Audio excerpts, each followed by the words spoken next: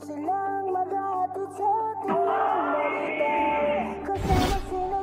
it, politics.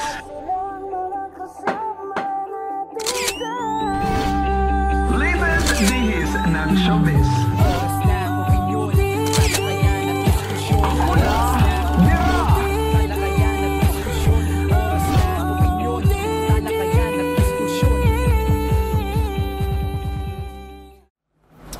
Yehey! Hello, we're back! Oh, ang saya-saya ng kwentuhan sigurado natin ngayon, Nay. May nakita ka bang bago sa akin ngayon? Well, salamat sa ating kaibigan na nag-sponsor ng damit mo ngayong oras na ito. So, first time ako nag-short sleeves, napapansin po ninyo. Diyos ko, ito po ay regalo sa atin ng ating OT dyan na si Myra Bonsa. Miss Myra, maraming salamat sa pagmamahal, sa mga binigay mo sa amin. Yung susunod naman ako magsusuot. I don't really wear short sleeves, but I have to do this kasi syempre it's my way of appreciating, a gesture of thanking you sa iyong pagiging generous. Sa patuloy yung pagmamahal sa amin, ay lalo kaming tumitibay, lalo kaming tumatatag, at lalo kami na-excite para magbigay sa inyo every other day ng mga talakayan at kwentuhan at mga opinyon na lalabas sa bawat isa. Kaya, tara na, pasok na kayo sa dati yung tambayan na ngayon ay ginagawa ninyong isa sa inyong mga minamahal na tahanan. Ito po ang OOTD. Oras ng opinyon, talakayan at diskusyon. With may nanay na meron ng nagmamahal na sponsor na magbibigay sa kanya ng marami pang mga damit na ganyan, kahit long sleeves ginawa niya dahil sa pagmamahal niya, dahil tunay siya nagmamahal at patuloy siyang magmamahal, Nanay Jobert Socaldito. Thank you so much, Marco, anak na si Direct Chaps Manansala. Pero sa susunod long sleeves na nyo para magamit ko taga ng normal. Ako na normal. Effort because I love you. Myra, thank you. Anyway, eto tayo. Diretso na tayo sa ating unang segment na ang This Is It, Politics. Diba? A few days ago, diba, naging usap-usapan na hindi na social media, sa mainstream media, yung pagguho ng tulay, nag-collapse yung tulay. Alam mo na, abang pinapanood ko yan, yes, na may gumagana sa utak ko na kanta. Ano? London Bridge is falling down, falling down, falling down. Oo, napunta ko yung London Bridge. Ando pa rin yung old London Bridge. Yes. Tapos may bago na construct na London Bridge. Doon na ngayon ang ginagamit. Na ibinigay, na kagaya nitong tulay na ito ay nag-construct, nangarap, at talagang pinagmalaki ng mga politicians natin, mga leaders natin na merong 1.2 billion. Yes, na iconic bridge. Yes. Iconic bridge. Ito ay pinalit na sa isang overflow bridge dyan sa may Santa Maria, Cabagan, sa Isabela. Yung isa kasi mababa. Kapag bumaha kasi, wala na pa rin tubig. So they constructed this one. Ito ay panahon pa ng GMA. Ni President GMA before, na inilambing ito ng dating congressman pa lang na si Rodolfo Albano, who is now the governor. So kumbaga kinonstruct ito for more than 10 years. Kumbaga pinlano ito na mabuti. It's Japan-inspired yata yung design. Tapos una niyan, ang budget niyan ay aabot dapat mga 4 billion. Kailangan baka hindi kaya, hihirapan sa kumuha ng mga funds So ang ginawa, nung may nag-propose na ito ay makakuha in 800 million and a little more, ay kinagat na nila. Pero ito ay designed para lang sa mga light vehicles. Kasi sabi nga nila, ang maximum capacity lang daw na pwedeng dumaan doon ay 45 tons. Oh, no! 45 tons. Incidentally, ito kasi ito, 1 month pa lang nagmagana ito Kumbaga, very recent lang, natapos ito parang last December. Tapos gumana ito for a month, tapos ginagamit ito yung mga light vehicles kasi medyo mahaba yung bridge, no? Pero hindi na napapansin, kasi meron din kasi nakalagay doon na hanggang 45 tons lang. Siguro baka, I don't know kung sadya lang talaga na stubborn or clever itong mga drivers na ito na wala sa pakialam, baka ginagamit na ito tuwing gabi. Kasi sa araw, di ba, syempre maraming dumadaan, syempre alam, mahalata sila. So sa gabi yata dinadaan ang kanilang mga bagahe, yung kanilang mga pang-mining yung mga materials na madala nila So, hanggang sa sa bandang dulo ng bridge, mabuting di gitna, bandang dulo ng bridge na walang tubig masyado, kumbaga lupa na medyo mababa lang, yun ang nasira, yung flooring. Yun ang flooring ang nasira that really, syempre, nakadisgrasya, 6 na tao na sa hospital ngayon. Yung truck ay bumagsak, I don't know kung bumagsak ba o part ng truck bumagsak dun sa may bandang lupa. Mabuti hindi sa gitna. Kasi kung sa gitna yun, tubig yun. mataas yun. Mas malaking problema. Mas malaking problema. So ayon daw sa DPWH, ayon sa interview ng mahal nating governor na si Rodolfo Albano ng Isabela, ay para bang ang damage lang niya talaga lumalabas lang ng mga 60 to 80 million. Pero tama si Governor Albano na hindi tayo dapat nakakonsentrate sa doon sa nag-crack lang sa nasira. Kasi kailangan i-check mo rin ang whole bridge. Kasi, kasi yung mga sa pabalik-balik na hindi natin alam kung ilang beses na dumaan na dyan yung mga dump trucks na ganyan, na para mga monster trucks na yan, ay hindi natin alam kung pati yung iba nag-weekend, di ba? Yung ibang parts ng bridge.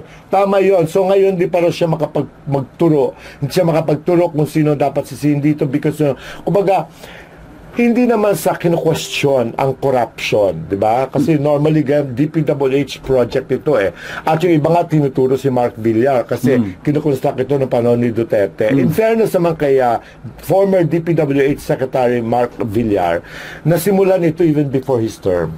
Kumbaga, na plano ito panahon pa ni PGMA. So, kumbaga matagal na panahon na yung plano na ngayon lang taga natapos. Na ikinatuwa sana ni Isabela kasi malaking tulong taga sa kanila yan because pag bumaha, at least meron sang alternative route na talagang safe sila. So anyway, sa ngayon ay pinag-aaral, pinaimbestigahan pa nila kung ano ba talaga punot dulo nito. Kasi sabi nga nila, sana po, kasi kung 45 tons lang yon at ang dumaan na truck ay more than 100 tons. Parang 110 tons yun Pero di ba, ang truck naman mahaba yan. Mahaba, di ba? So, ang weight niya, distributed naman yan sa whole truck. Kung 100 tons na siguro, portion of which ay siguro mga 25 tons. Pasok pa rin, sana. Pasok yan, pasok. Kaya lang yung truck na ito daw, hindi mahaba, maiksi. So, ang weight talaga nito buo. Compounded na yung kanyang weight. Yes, kumbaga, maiksi siya, kaya ang weight niya, mabigat talaga, so overweight siya. Kulang siguro sila sa warnings.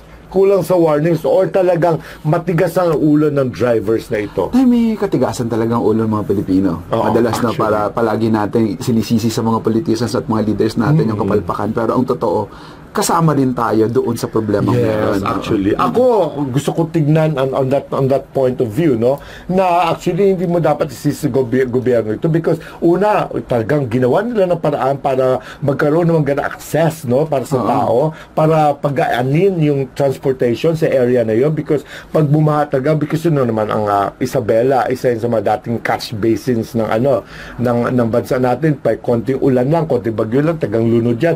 Mabuti nga pa na ni Governor Boji D, yung talagang yung RMC niya, talagang talagang on guard yan. At saka yung mga lugar talaga na bahain. Trained sila. Ginawa niya, ni-ready niya. Trained sila dahil alam nila kung ano yung mga kinababagsakan ng tubig at kung saan. Yes. Kaya bilib na bilib ako dyan kay Governor Boji D at saka kay Albano. Kay Governor Albano, siyempre, nalulungkot siya. Maaring sinasabi ng pakiramdam niya na parang may kasalanan siya o maaring tinuturo siya at sinasabing may kasalanan siya dito. Actually, totoo yan. Kawawa naman sila. Kumbaga, even the DPWH, kasi total malinaw naman talaga na ang design na yon ay hanggang 45 tons lang. Kahit sabihin mo pa na may konting extension yan, may konting leeway. Alam ba yung 45 tons, actually hanggang mga 50 to 60 tons yan. Nakakayanin niya. Pero syempre, hindi mo pwede i-maximize. Kasi hindi mo pwede isugal yun. Dahil syempre, kasi sabi na baka may substandard ang ginamit. Maaaring siguro. Hindi ka pwedeng hindi mag-isip ng gano'n. Diba? Sa lahat ng mga korupsyon na nangyayari sa DPWH, hindi pwedeng... At sa buong bansa na. Sa lahat halos ng mga proyekto. Kaya hindi mo pwedeng hindi isipit yun. You really doubt on them, Pero ito kasi, nakakalungkot kasi ang tagal pinapinlano, ang tagal kinonstruct, in 1 month time pala na gumagana, tsaka na-disgrasya. Pero na yung mapananagutan nito, maaari yung may-ari ng truck na yun. Pwede ba niyang bayaran yung 80 million na halimbawa? Laki nun. Laki nun. Para matuto sila. Diba? At lahat dapat meron mula pag naayos na yun at sa lahat ng mga tuloy na meron tayo, kailangan talaga dapat hindi ba pwedeng wini-wait mo na bago ipatuloy? Actually, may standard weight naman talaga siya. May standard weight. Kaya lang, baka kulang lang sila kasi sa dissemination, sa information ng warnings of hanggang ganito lang. Baka nakasulat nga doon, di ba? Minsan nakalagay doon 25 tons, ganyan. Pero baka masyadong maliit, hindi nakikita. Kumbaga dapat malayo pa lang. Nakalagay dito isang malaking karatula. Saka ano ba yung laman? Kasi pag kung anong laman, nadadagdagan ng weight yun diba? Yes, bakal. Bakal. Mga bakal. Yes. Totoo yan. Pang mining daw yata yun Maaari kasi yung liit lang, hindi mo makikita yung weight agad yung laman yun, it matters also. Yeah. Kaya yan mga kaibigan. Yun, ako, sana mga OOT dyan, ikaw, anong masasabi mo sa pagbagsak ng tulay na ito? Let's pray na yung 6 na sa hospital ay na gumaling, ha? These people, kahit matitigas ang ulo, ito talaga ang salamin ng poverty na Yung talagang, yung hahamakin ng lahat, kumita lamang. Yes. Alam mo, paalala sa mga drivers natin at saka sa mga may-ari ng mga kumpanya na nagmamayari ng mga trucks na ito. Kumbaga, huwag yung sarili lang interest ang inyong pairalin. Kumbaga, think of other people too. Think of yung ano ang kahinatnan kapag sumuway kayo. Kasi napakarami pong mga naapektuhan. Siyempre, sira ang tulay. Pera na naman kakailangan ng gobyerno. Yung mga na-disgrasya. Mabuti, hindi gaano marami, hindi araw. Kung sa araw yun, baka mamaya nagpagbuo nun. Di ba? Maraming masakyan na biglang nagkatumba-tumba dyan. Ang hirap. It's a warning. It's a warning. We have to learn from this because really, this is really a big thing for everyone. Yes. A wake-up call. Wake up call for everyone. Gising tayo. Yeah. Yan, kayong mga OOTs natin, mag-comment na kayo ngayong oras na ito at babasahin natin yan. Sa mga... Talaga. Binabasa ko na yung lahat. I really read. I love you. Kaya talagang kasi I need to feel them. You know, I'm an artist. No, I really read. Okay. I have sometimes. At minsan yun ang pampatulog ko. Oo nga, bilig na ako sa'yo Tapos, huwag ka na ma-stress, ha? Hindi na tayo ma-stress dahil marami tayo nagmamahal sa mga OOTs natin, no? Sa mga pwede nyo nang i-share ito, mga OOTs na nagdanood ngayong oras na ito at sa mga hindi pa nakakapag-subscribe, subscribe na. Dahil pag-uusapan na natin ang susunod na segment, ang latest bihis ng showbiz.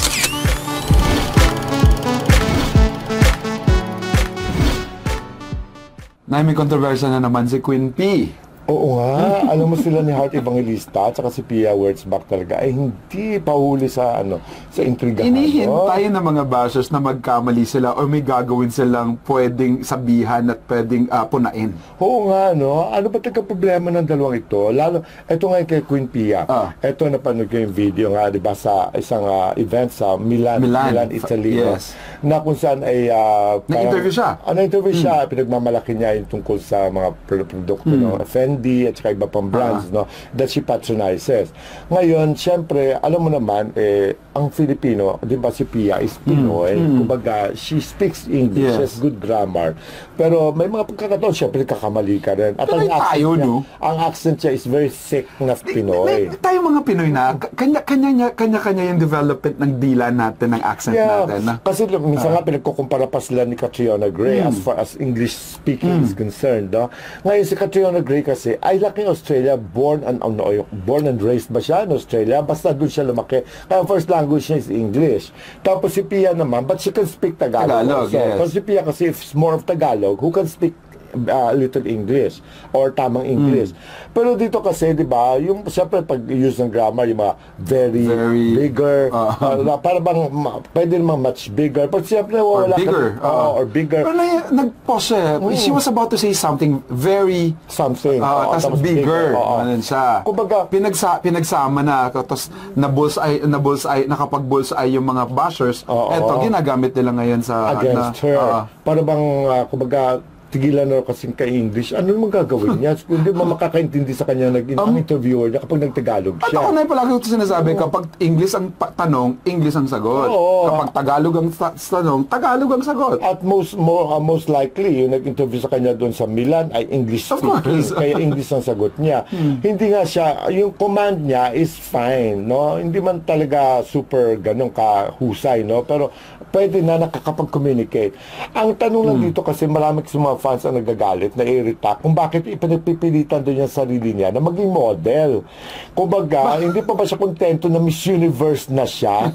Alam mo, dalawang bagay yan para sa akin. Dalawang bagay yan.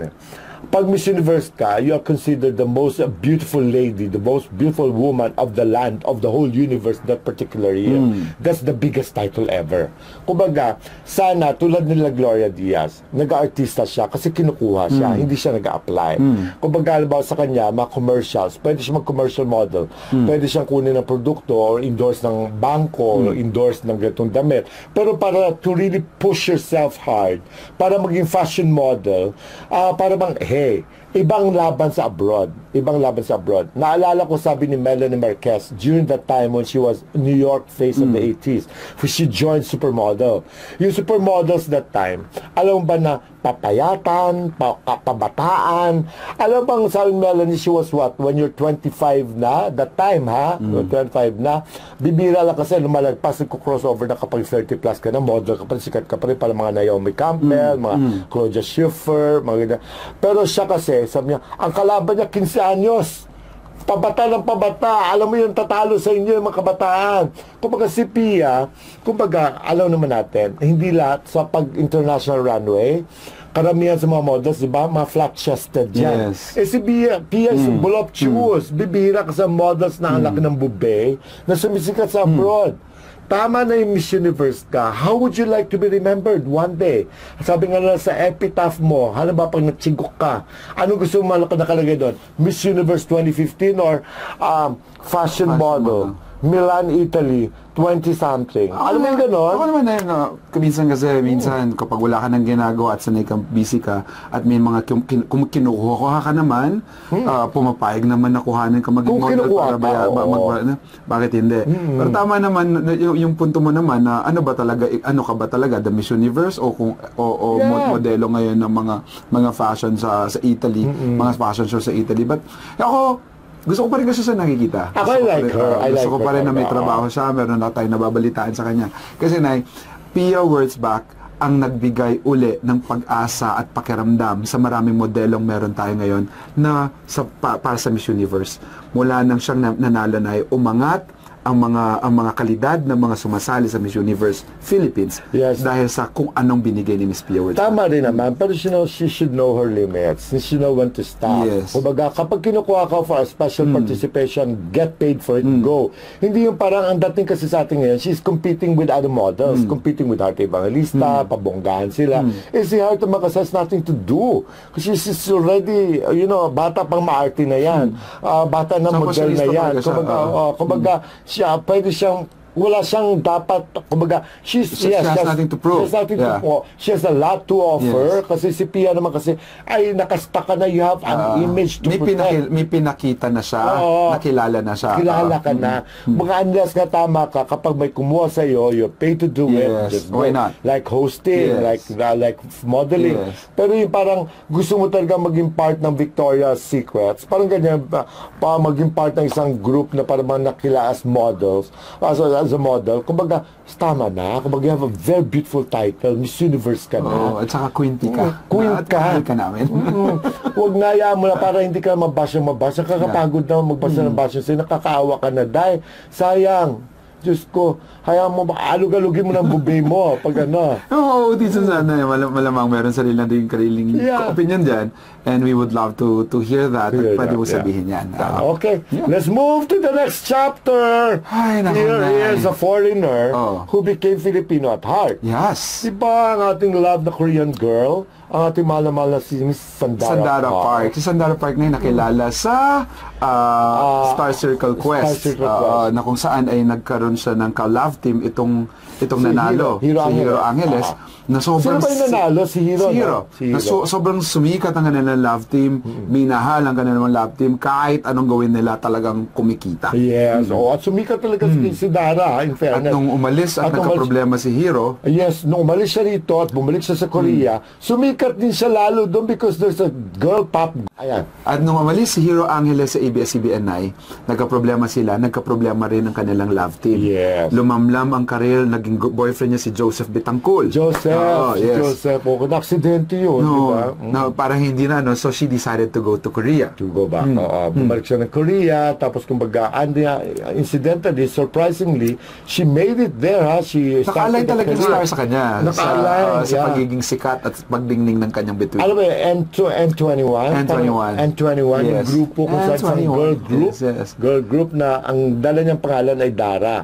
And she was recognized, no, ng mga Pinoys na kasi dala-dala niya talaga ang pusong Pinoy even when she was there sa Korea. Kasi dito sa Pilipinas naman, actually lumaki din naman siya dito sa atin. Ngayon, Incidentally, pumunta sila dito sa Pilipinas, nakita silang mag-order daw. yeah, pumunta sa, kasi umuwi rito was sinuwas Sandara, kasama ibang mga friends niya na mga Koreana rin, kasama sa N21 na group, ay umorder yata sa Jerry's Grill. Pumunta sa Jerry's Grill. Alam mo, Sandara kasi, syempre sabi ko sa inyo, Pinoy at heart, umorder siya ng mga pagkain, paborito natin. Paborito niya.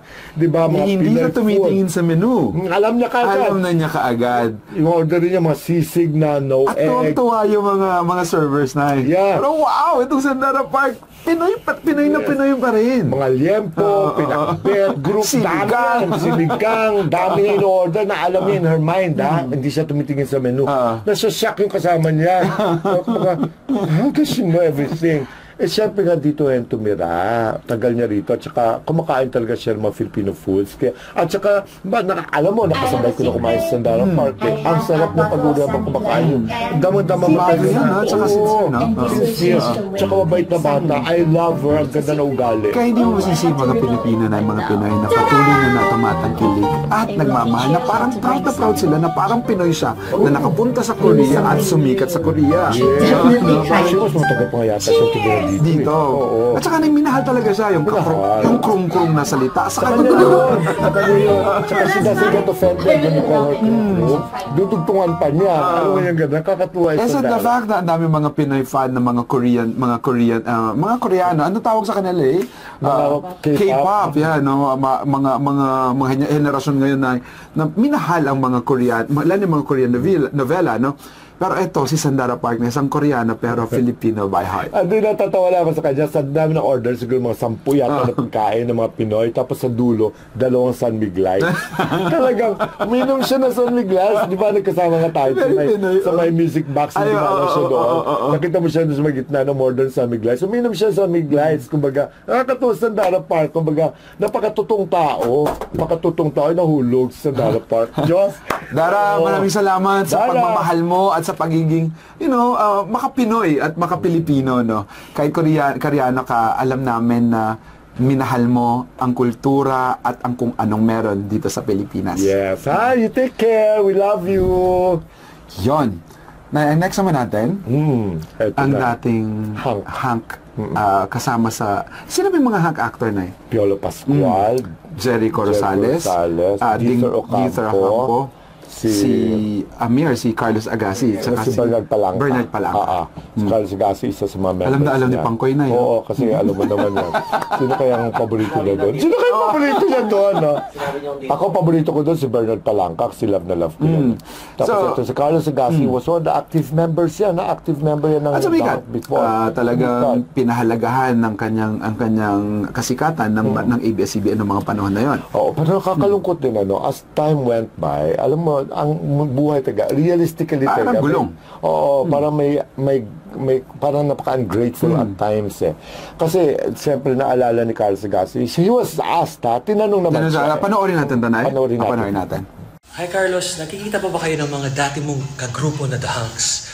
Guys, kaya nga nabuwag kasi gusto ng kanya-kanyang career ng iba. Kasi pag group, pantay-pantay kami sa lahat eh.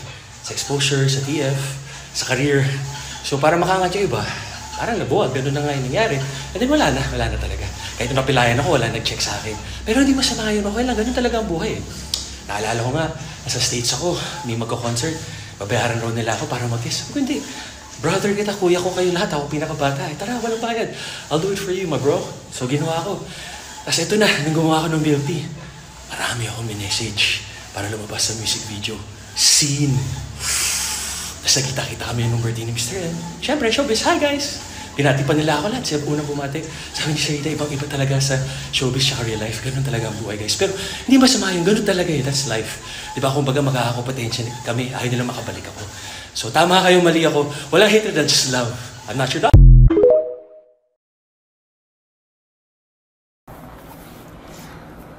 Yun ay, may mga sama ng loob ka maririnig, mararamdaman, no? I can feel him.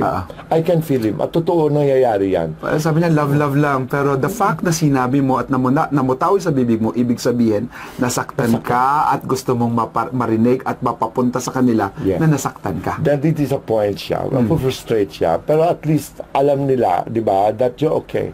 Kumbaga, okay lang sa'yo. Pero syempre, sana mga guilty naman yung mga yun. Alam mo mga yun, may mga iba dyan kasi. Pero ako kay Carlos Agassi, kapag hindi ka nasikat, tanggapin na natin ang katotohanan, wala ka na. In this business, you're just as good as your last picture. At yun ang katotohanan ng buhay dito. Parang tayo, kami dati sa mainstream media rin kami. I was hosting DZMM for 17 years. I was with The Buzz. I was a writer for all my life, almost more than half of my life. At saka dami artista, dami mga producers, dami mga friends, di ba? When before pandemic came, no, when I was kicked out of DZMM, alam mo, bihira na ako na-invite for dinners. Yung mga dati kong kaibigan, alam mo, kanya-kanya lumayo yun. Yung mga, alam na siguro wala naman sa pakinabang sa'yo. Kumbaga, you have to accept that reality. That is a sad reality, but you have to accept it. Ako, in-embrace ko yun. Kaya, hindi ako masyadong naging bitter. Pero bilang tao, masasaktan ka. Bilang tao, magtatampo ka. Bilang tao, magigising ka isang araw na wala na nga yung kinang. At saka, kumbaga, tapos ka na. Kumbaga, kaya... hindi ka pa natatapos? Ay, naku, hindi pa pala lumabas uli ang hindi pa masyadong laos. So. Napakita naman, napapakita mo ngayon yung other side of you. And how good are you, sa mga opinion na meron ka sa politics. At yung mga nakasama mo dati hanggang ngayon ng mga artista na ibinibigay mo sa amin. Yun yung mga bagay na meron. At saka, mahalaga naman, no? Syempre, treasure mo pa rin, cherish mo pa rin those beautiful times, beautiful memories with those old friends, lumayo man o hindi. Basta ikaw nandiyan ka lang. Basta you know in your hearts that you've been loyal, faithful, and loving. Kumbaga, kung sila ay hindi sila ganun, wala tayong magagawa. Tanongin din ni Carlos Agassi ang sarili niya. Paano ba siya ng mga panahong sikat siya? Paano ba siya nakitungo sa mga kaibigan at kasama niya? Baka may mga pagkukulang ka rin na hindi niya alam. Na hindi ka aware. Hindi siya aware. So tayo, ganyan eh. It is really contemplating, no? You just have to contemplate and really check on yourself. At the end na dapat talaga malaman mo kung sino at ano ang ibidinulot mo sa mga taong katrabaho mo para after nitong era mo ng sikasikatan, sino ka at ano ka para sa kanila. Retrospect. I love that. Retrospect. Tama yan, ha? Basta you take care, ha? Just go on. Basta healthy ka, basta maayos ka. I know you're doing well, may pamilya ka na. Kaya enjoy life. Nag-vlog siya. Enjoy life, Carlos. Mabait naman niya sa amin. Yes. Okay. Eto nga. Nay. Ito, alam mo, anong napanood ko ito? Alam mo, sumakit ang tiyan ko sa katatawa. Hirap na hirap ako sa kung paano ko gagawin, paano ko balikan. Panorin natin ang ating funny trending video. Sir Mark, halika nga dito. Sir Mark, alam mo ba yung kantang Bahay Kubo? Oo. Okay, anong yung tono ng Bahay Kubo? Bahay Kubo. Bahay Kubo. Kahit munti. Sige. May challenge ako sa iyo na babaguhin natin yung tono ng Bahay Kubo. Uulitin natin siya ng 10 times, 10 pieces, no? Okay. Bahay Kubo, kahit na munti. Sige, ikaw daw. Bahay Kubo, kahit na munti. Sige, ka na dito. Gusto ko makita kasi ng sa camera. Ayan. Maghay ka nga. Okay. 1, 2, 3, go. Bahay Kubo, kahit na munti, bahay kubo, kahit na munti, bahay kubo, kahit na munti, bahay kubo, kahit na munti, bahay kubo, kahit na munti, bahay kubo, kahit na munti, bahay kubo, kahit na munti, bahay kubo, kahit na munti, bahay kubo, kahit na munti. Bahay kubo, kahit na munti. Sige, kantayin mo nga yung Bahay Kubo sa original na tono. Sige. Bahay kubo, kahit munti. Sige, isa pa. Parang may mali kasi eh. Sige, kantayin mo nga yung tono. Bahay kubo, kahit na munti. Bahay kubo, kahit na munti. Bahay kubo, balikat. Yun. Bahay kubo, kahit na munti. Yung una na, di ba? Tapos, nung paulit-ulit na, Ako na talaga, nalito din ako. nalito ako. Ano ba? Tapos binalikan ko sa Google, pumunta ako sa YouTube para marinig ko ulit yung original, dun lang naibalik sa puso ko. Oo, tama yun kasi sinimula naman sa tamang tono eh. Tapos nung sinunda na, parang balika tulo. Ito lang yung OT dyan. Ang ginawa ko, binalikan ko rin talaga para mabalik na sa akin ko. Kasi ang hirap balikan ko ano yung original na tono. Alam mo, subukan nyo para sa kumbaga sa ay, nako. Sino ba may pakanaan yan? Alam mo sino may author niyan? Napakagaling naman yan. Naloka ko. Yan, no? Sana nag-enjoy kayo sa ating little video na meron tayo. Pero ngayon, we would like to say thank you to Basement Spa. Yes, my favorite spa ang Basement Spa. Sana favorite ni Michael Pangpo ito. Ako favorite ko ito, Basement Spa. Kasi dito ko lang napapatanggal yung mga lamig sa paa ko, sa ulo ko, sa balikat ko, paa, tuhod, balikat, ulo. Diba? Diyan ako, hanapin niyo po si Jomar. Dito lang po yan sa New York, corner, E. Rodriguez Avenue, Cubao, Quezon City. Sa likod ng Uncle Charles. And of course, ang ating deluxe spa na makikita sa Tomas Morato Corner, Scott Fernandez, sa may Chili's malapit. Hanapin natin si Vince Miraflores. Yes, Vince ha. Mga families pa lang ha. Yan. Families pa. Diretso na tayo sa Hula Bira! Birayin na yan! Yun! Namiss namin yung Pangkoy! Pangkoy's home! Pangkoy's back! My God, ang pelikula yung papalabas sana sa April. Dalawa yun! My God! Wala man lang pa pizza! Hawaiian! Maraming pineapple! Oo nga. Okay. Eto Nay. na. Kwento ito ng dating magjowa. Oo, naghiwalay na sila. Oo, naghiwalay na sila. Isang napaka-sexing babae. Sexing babae, Diyos ko, ito ang flavor of the year, hindi of the month, ng lahat ng kalalakihan, Diyos ko, lahat nila, gustong-gusto siya. YouTuber yan, artista yan, mga Lahat, ordinaryong tao yan. At saka ang kanyang ex na ngayon, ex na isang actor-politician. Oo, na napakagalante. At napaka-gifted. Gifted yun. Gifted child? Gifted child. Oo. Matalino. Kahit mali lang grammar. Eto na. Kaya siniwala ni girl. Mahal na mahal siya ni girl. Mahal na mahal siya ni girl. Talagang happy si girl sa kanya kasi una-una napakabait, mapagmahal, saka generous. Ngayon, yung girl naman, may sariling pera yung girl, mayaman talaga yung babae. Diyos ko, may nagmana yun. Nagmana, tas kumikita talaga sa kanyang ginagawa. Diyos ko, laki ng kinikita sa kanyang vlog, no?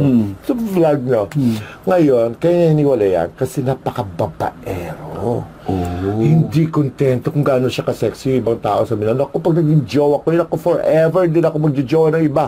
Hindi nangyari ka actor-politician yun kasi may tsura, may pera, may sinasabi, may katungkulan. Napangasawa niya rin dati yung artista. Yung artista rin asawa niya, hiniwalayan din siya, di ba? Dahil siguro, I don't know kung ano dahilan. Pero ngayon, eto na, naloka lang daw kasi ito si sexy actress, si sexy star na ito. Kasi may condo sila na parang somewhere, basta somewhere sa south. Ay may condo na pamamahalin. Nagugulat siya. Para bang kapag wala pala siya, may nakapagbulong sa kanya na merong umaakyat na ibang babae doon sa kanilang Akala ko akyat bahay, di ba? Akyat bahay yan. Diyos ko, parang ninakaw. Ninakaw pala yung mga ibang babae. Nagnakaw ng lakas. Ng lakas, oh. Alam mo, umaakyat doon sa kondo nila pag wala siya. Minsan naman doon siya sa taas. May narinig siyang pangalan ng isang beauty queen na para bang Arabian sounding apelido. Ng ano, Oh my God. diba? Ng beauty queen. Totoo, ha? ng beauty queen. Nagulat si girl, etong si sexy actress. Minsan pagbaba niya, parang nakita niya dun si Arabian sounding na beauty queen, na halos makatulog na sa sopa, sa kahihintay, para mahinintay. Yung pala, hinintay lang niya ang tawag ng jowa niya. Siguro pag alis ni sexy actress, ay tatawagan na siya para paakitin. Oh my God. Ganon kababaero si lolo mo. Kaya ganoon na actress, kahit masama ang loob niya, sakit ng dibdib niya, kasi laki ng boobs niya, ay hiniwalayan niya. Hiniwalayan. Yun yung reason kung bakit sila naghiwalay. Ayaw na niya. Sabi niya, wag na. Kumbaga, ayaw ko na i-prolong ang dignidad agony yung ko. actress. Meron. She knows her worth. Kaya nga, she knows her worth. At saka, I'm sure, hinayang si actor politician. Kasi sa dami ng mga nagkakagusto sa babae. Diyos ko. Kung pwede rin, bilhin nilang ang langit at lupa para lang mapasagot nila ito si sexy actress kasi napakaganda. Cute eh. At saka sikat na eh. Sikat. Parang ang bait-bait nito sa pamilya niya, no? Actually, mabait yan. Actually, mayaman ang tatay niyan eh. Alam ko, wala na yata yung father niya. Siya, malaking minana niya. Pero sabi nila na parang meron na siyang jowang iba na politician din. Meron na rin. Mahilig din sa talaga mga older sa kanya, no? Marami na tayo. Siguro nakuha mo na yan sa mga roadshow, inimbita, tapos niligawan. Pero ito si actor politiko na ito ay tumatakbo dun sa lugar nila for a different position, for a higher position. Higher bang pag gano'n? Higher yun. Parang kasi pareho lang. Kasi hindi. Kasi yung sa kanya ngayon, distrito lang eh. Kapag yung buong ano yun Yun lang. May kingdom siya ngayon, no? The kingdom come yun. My gosh. May Chloe ka? Andun na lahat Ano ba? Diyos ko naman. Marurofo pa ba kayo? Dami lahat Hindi, sige, lagyan pa rin natin sa iba na hindi mo talaga nakakilala at may mga kwento. Ano ba go? Ano ba go mo? Hindi pa. Ay, hindi pa. Hindi pa. Matakbo pala. si babae na may A sa pangalan at apelyido. Ang dami.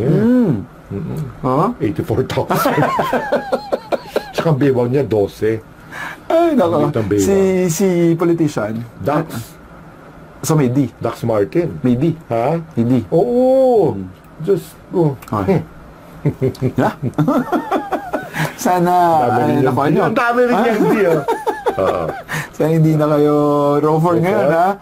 Sino pa? Ay, yung may nakikita ko yung nababasa ko na eh. Sino daw yung parang Arabian sounding na ano? Kalimutan ko. Pangalanan mo yan dyan. Hindi mo na kilala yan. Totoo ba? Oo. Parang binibining Pilipinas yung Mutya. Winner. Oo. Parang Remar. Parang something like that. In the middle of the night. You know. Alam mo na. Daddy Doc, Percival de Leon, na-miss kita. Tita Presi, maraming salamat. Mayra Bonsa sa pagmamahal. Karingagan ng Kapampangan na patuloy manalbe at patuloy na lulugod kening OOTD. Marakala, salamat. Yan. Salamat na marami sa inyo ha. Sana nag-enjoy kayo. Sa mga Team Replay, sa mga Team OFW na naghintay na naman at Team Abroad at sa mga Team Pakulay na nagbigay ng pakulay, maraming salamat sa pagmamahal. Sa mga hindi pa nakapag-subscribe, mag-subscribe na kayo. Dito, ang daming kwento. Diyos ko, lahat kwento namin, pati buhay namin, kwento namin sa inyo. Subscribe na kayo sa amin, ha? Yan na, maraming salamat lang bago tayo sa Pangasinan National High School sa pagtitiwala nila na idirect ko ang kanilang junior and senior ball na 2 gabi tayo nandun. Kahapon at kagabi and ngayong gabing ito na binibigay natin ng pagkakataon makaranas sila ng kakaibang mga ganong mga ball night na minsan lang naman sa kanilang high school life. And I'm really and truly proud and happy na minamahal at pinapaniwalaan nyo ang Hiraya Theater Production sa ganitong klase na inyong mga okasyon. Kay Ma'am Mariel Kalima ng Principal ng Pampanga National High School at sa lahat ng mga guro at magulang sa aking kaibigan na si Ma'am Fatima Buado, maraming salamat. At minsan lang kayo naging high school, ha? Kayo mga kids, enjoy it. Ako talaga nakikita ko sila yung kung paano sila, yung their innocence, yung gusto lang na maging masaya, and they really embraced it. And congratulations sa junior and senior ball na pinaghalo na hindi pinaghiwalay na juniors night and seniors night dahil sobrang dami na mga sumali. Yon! Okay. Yes, maraming salamat. At saka sana nag-enjoy kayo dito sa aming programa. Ito po ang OOTD. Oras ng opinion. Talakayan at diskusyon. With my nanay na naka-short sleeve for the very first time dahil sa pagmamahal sa kung sino nagbigay para makipakita mo lang yung appreciation mo na ang aking pinakamamahal na marunong magpasalamat at may yung gratefulness ng kanyang puso. Palagi mo nararamdaman. Kaya minamahal ko siya palagi at patuloy ko siyang mamahalin. Nanay Jobert Socaldito. Maraming salamat anak, Direk Chops Manansala at Myra Bonsa, thank you sa mga kababayan ko sa Iloilo, sa Dingle at Santa Barbara. I love you all. Mwah, mwah, mwah, mwah, mwah. Nay, ang ano ko lang, no, ang pinaka takeaway ko ngayon, Nay, ay kung ano yung nangyari sa tulay. Kung minsan talaga, hindi pwedeng isa lang, yung ibang tao lang ang sisisihin natin. Madalas kasi sinisisi natin yung mga politician, mga kurakot, kung ano-ano na lang. Nakakalimutan natin na tayo rin. Tayo na bilang Pilipino, bilang tao, ay meron tayo palaging pananagutan at responsibilidad sa bawat bagay na meron. Kapag nagka-problema na tayo na ganito at malaking problema, kailangan may matutunan tayo para hindi na maulit. Pag may natutunan ka na, ibig sabihin, hindi mo na pipiliing gawin uli iyon dahil alam mo nang mali. Tama. Patuloy tayong maniwala dahil patuloy tayong maniwala na tunay nga na mabait talaga ang Diyos, and to God be the glory. Bye-bye, everybody!